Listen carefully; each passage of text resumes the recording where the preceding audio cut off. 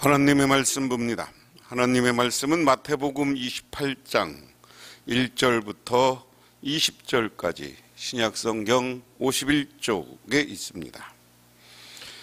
안식일이 다 지나고 안식 후 첫날이 되려는 새벽에 막달라 마리아와 다른 마리아가 무덤을 보려고 갔더니 큰 지진이 나며 주의 천사가 하늘로부터 내려와 돌을 굴려내고 그 위에 앉았는데 그 형상이 번개 같고 그 옷은 눈같이 희거늘 지키던 자들이 그를 무서워하며 떨며 죽은 사람과 같이 되었더라.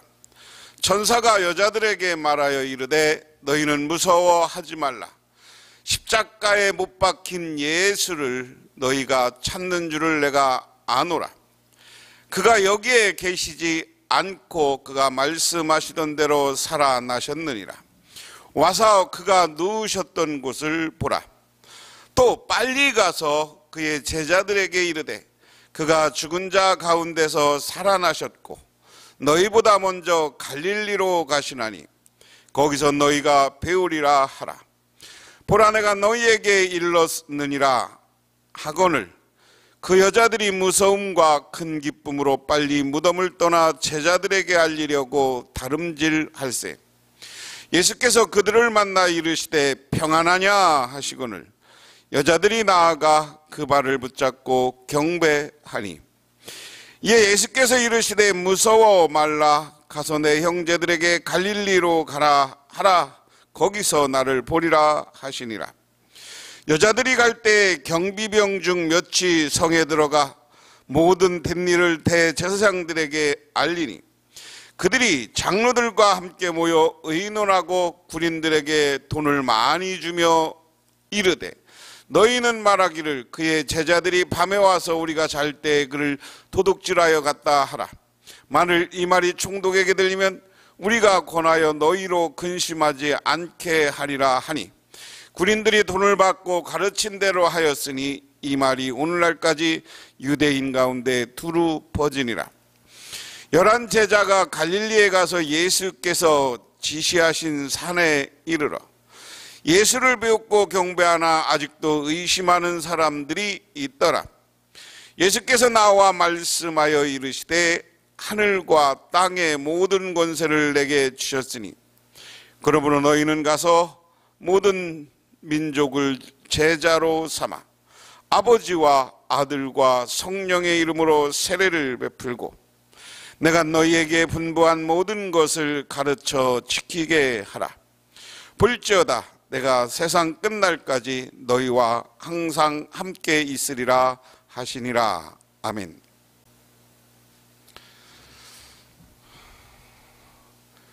오늘은 봉독한 말씀을 중심으로 해서 살아나신 예수님 그리고 그분의 명령,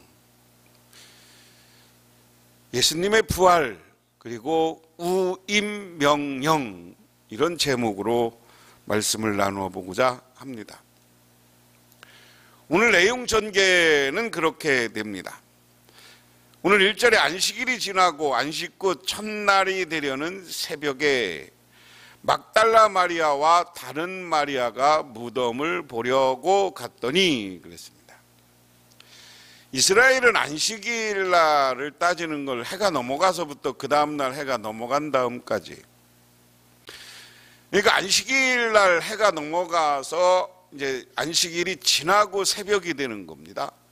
제가 이스라엘을 가서 이스라엘을 안식일 날 들어갔어요.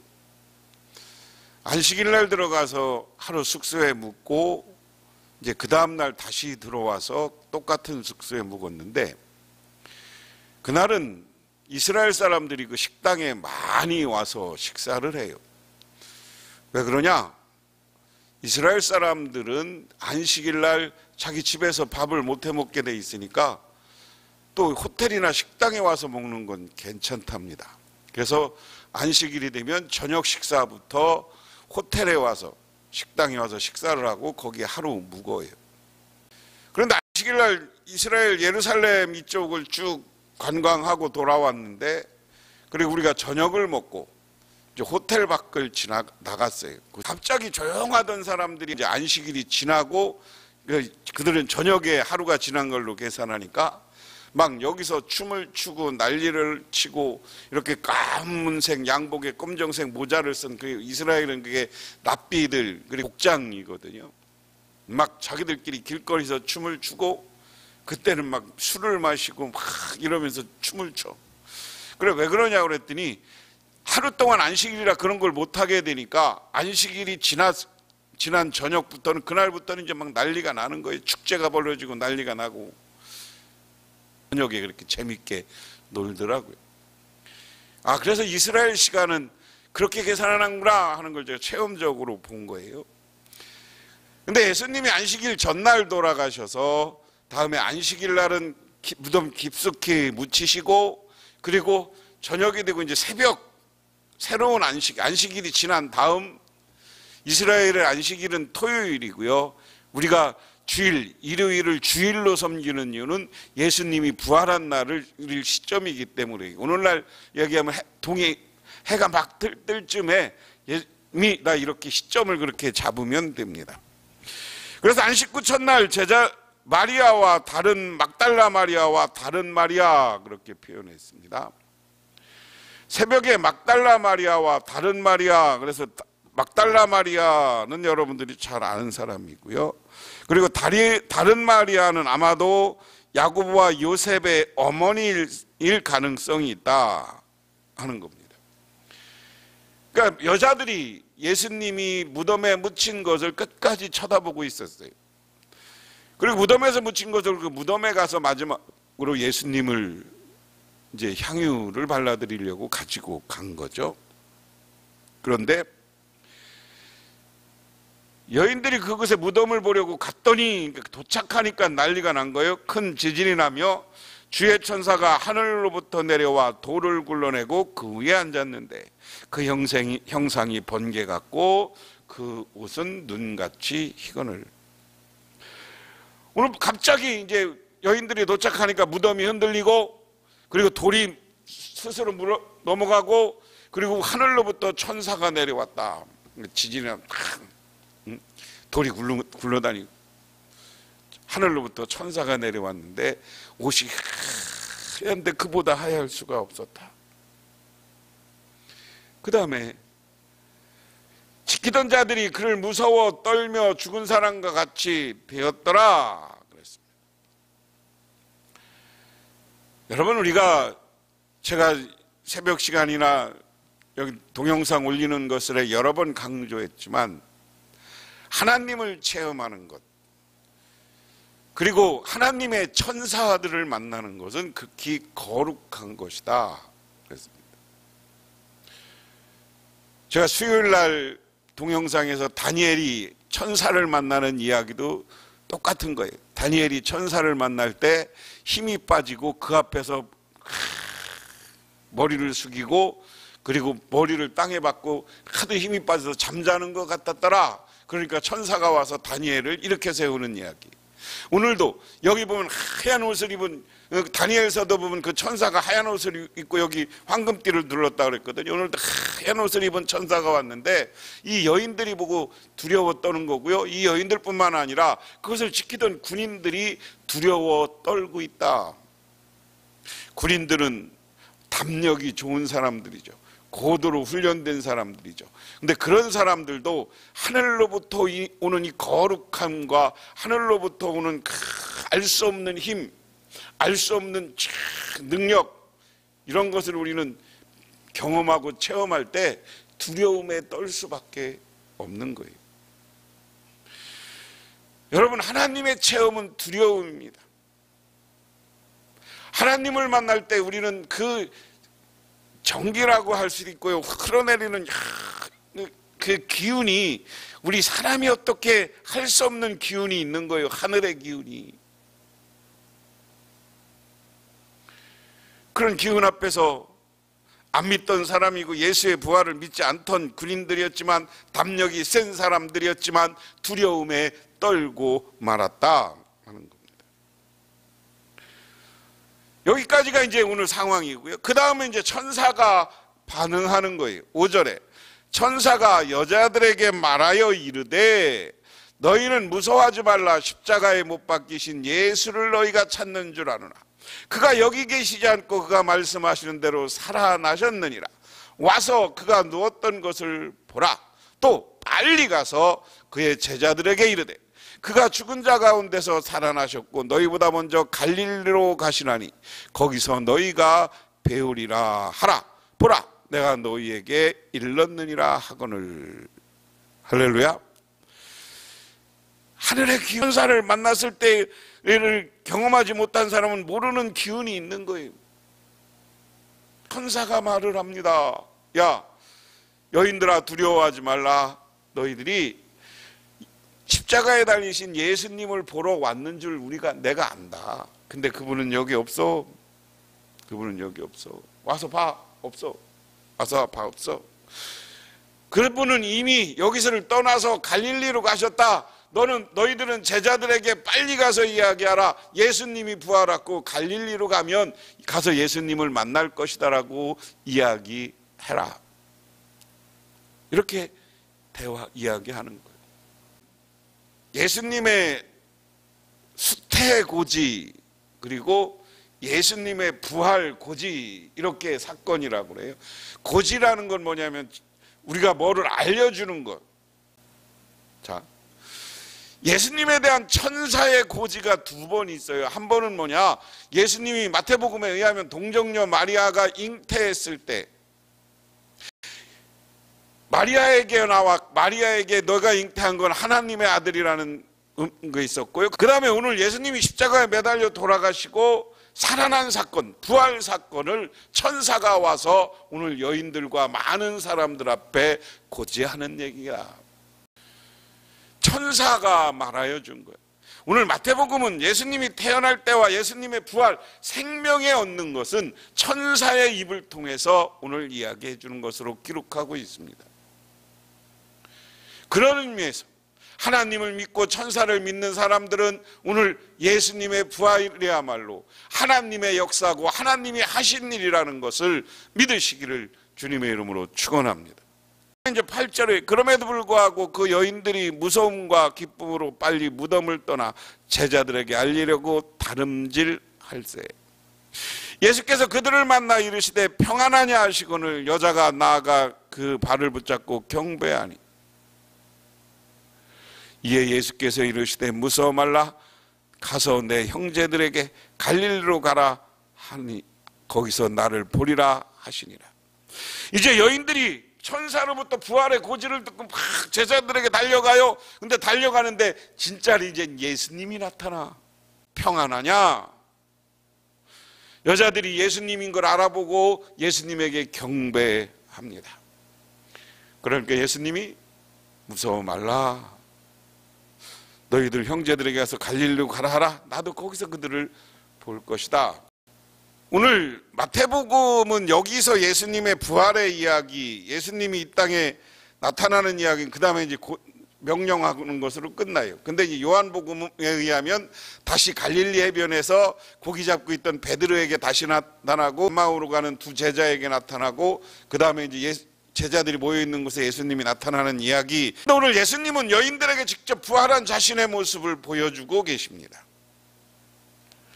그래서 이 사건을 통해서, 이 기록을 통해서 우리가 분명히 알 것은 예수님의 부활은 확실하다. 예수님은 부활하셨다. 예수님은 살아나셨다 하는 믿음을 굳게 세우시기를 주님의 이름으로 축원합니다. 그런데 이런 기적과 역사가 일어나고 하나님이 놀라운 일을 진행하고 있음에도 불구하고 여기에 반대하고 자기의 세상의 이익과 세상의 기득권을 가진 사람들은 어떻게 합니까? 여자들이 갈 때 경비병 중 몇이 성에 들어가 모든 일을 대제사장들에게 알렸다. 어우, 진짜 예수님이 부활하고 천사가 나타나서 예수님이 부활했다고 무덤에 돌이 굴러가고 무덤이 빈무덤이 됐습니다. 빈무덤이 됐습니다 얘기한 거 아니에요. 그러니까 뭐라고 합니까?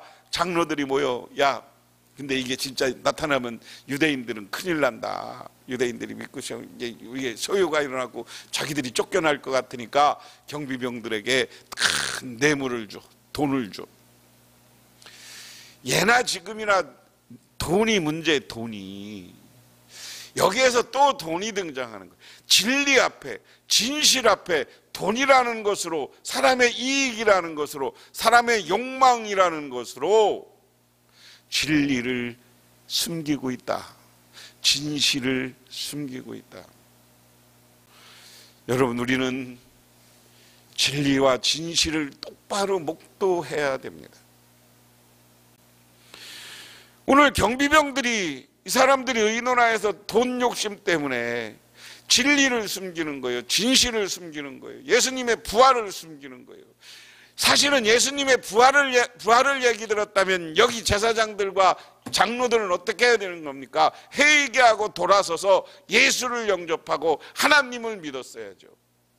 그런데 하나님의 하시는 일을 회방꾼이 됐어요. 지옥에 떨어질 사람들이 되고 말았다는 거예요. 성경은 많이 아는 것 같지만 이 사람들은 끝내 예수를 영접하지 못함으로 구원자 반열에 서지 못한다는 것을 깨달으시기를 바랍니다.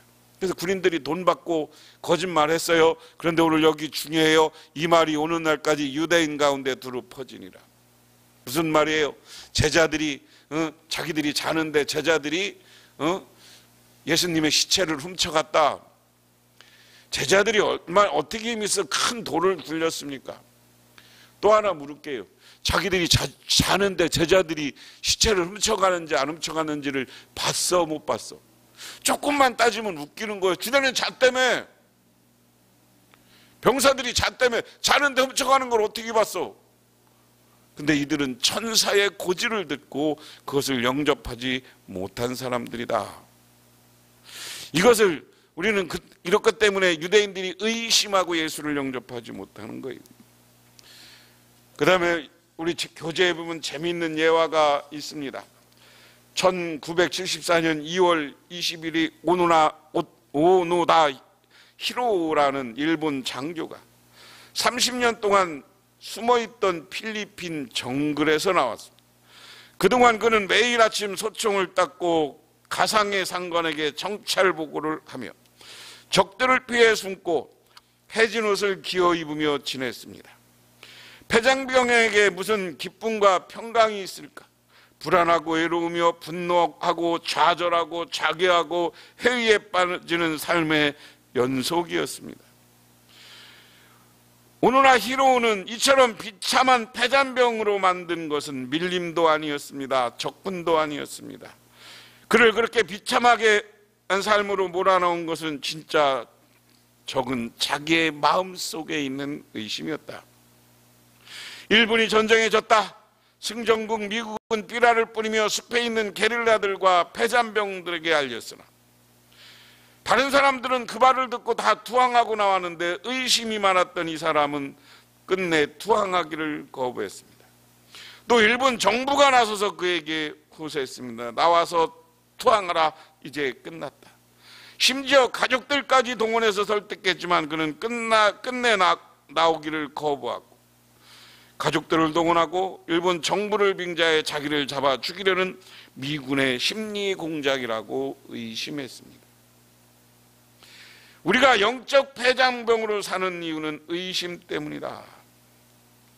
예수님이 지금 살아계셔도 내 곁에 계시고 내 안에 함께 계시며 나를 책임지는 것을 의심하기 때문에 우리는 예수님의 부활을 믿지 못하고 구원받는 자리에 서지 못하고 영적 폐잔병으로 실패하고 지옥에 가는 신세가 될 수 있다 하는 겁니다. 그러므로 이 시간 예수님의 부활을 의심하는 것이 아니라 예수님의 부활을 믿고 나도 부활한다는 것을 믿고 내가 천국 간다는 것을 믿으시기를 주님의 이름으로 축원합니다. 이게 부활을 대하는 우리의 태도예요. 그 다음에 오늘 16절까지는 마지막 예수님이 우리에게 당부하는 겁니다. 그래서 이것을 우리는 우임명령, 뭐 다른 말로 하면 최후의 명령, 뭐 이렇게 말할 수 있어요. 예수님이 최후에 우리에게 명령하는 건 뭡니까? 그러므로 너희는 19절부터 그러므로 너희는 가서 모든 민족을 제자로 삼아 아버지와 아들과 성령의 이름으로 세례를 베풀고 내가 너희에게 분부한 모든 것을 가르쳐 지키게 하라. 볼지어다 내가 세상 끝까지 너희와 항상 함께 있으리라 하는 말입니다. 여기서 제자 삼다라는 말은 헬라어로 미세티우르입니다. 주로 동사로 예수님을 충성스럽게 따르는 자를 세우는 사역. 제자는 예수님을 충성스럽게 따르는 자를 세워서 교회의 중심, 예수 운동의 중심으로 삼아야 된다. 그것을 하기 위해서 뭐 해야 되느냐? 세례를 주고 바피존테스, 그 다음에 세례를 준다는 게 바티존테스고요. 가르치고 디다스콘테스, 가르치고 하는 겁니다. 세례와 가르침을 삼는 사역의 세례와 가르침이 제자 삼는 사역에 수반되어야 되고 의임되어야 된다. 아버지와 아들과 성령의 이름으로 세례를 주라. 이것은 예수님이 우리들에게 한 최고의 명령입니다. 그러면 우리는 예수님의 부활을 굳건히 믿고 어디 가든지 제자를 삼아야 되는데 그 제자를 삼기 위해서는 가르치고 세례를 주고 예수를 충성스럽게 따르는 일꾼들을 자꾸만 만들어 가야 된다. 내가 그런 일꾼이 돼야 돼요. 이 말씀을 듣는 저와 여러분들이 그런 일꾼이 돼야 돼요. 또 우리들이 가서 전도하고 우리 자녀들, 자손들도 그리스도의 일꾼이 되도록, 제자가 되도록 세워나가는 과정이 필요하다. 근데 그것을 위해서는 예수님의 말씀을 가르치고 그리고 신앙 고백이 있는 사람들에게 세례를 주어서 교회의 일원으로 세워나가는 사역, 이것을 우리는 담당해야 되는 줄 믿으시기 바랍니다. 기도하겠습니다. 하나님 고맙습니다. 오늘도 주님께서는 우리들을 구원하기 위해서 예수님이 이 땅에서 십자가에 달리시고 또한 부활하여서 참된 승리의 모습을 보여주셨습니다. 우리들 부활을 의심하는 자가 아니라 부활을 믿고 따름으로 우리의 삶이 주 안에서 평안하고 행복하게 하옵소서, 감사하게 하옵소서, 기쁨이 넘치게 하여 주시옵소서. 그리고 우리들이 제자로서의 삶을 살아가고 또한 다른 사람들도 제자화하는데 우리가 앞장서게 하옵소서. 예수님 이름 받들어 기도드리옵나이다. 아멘.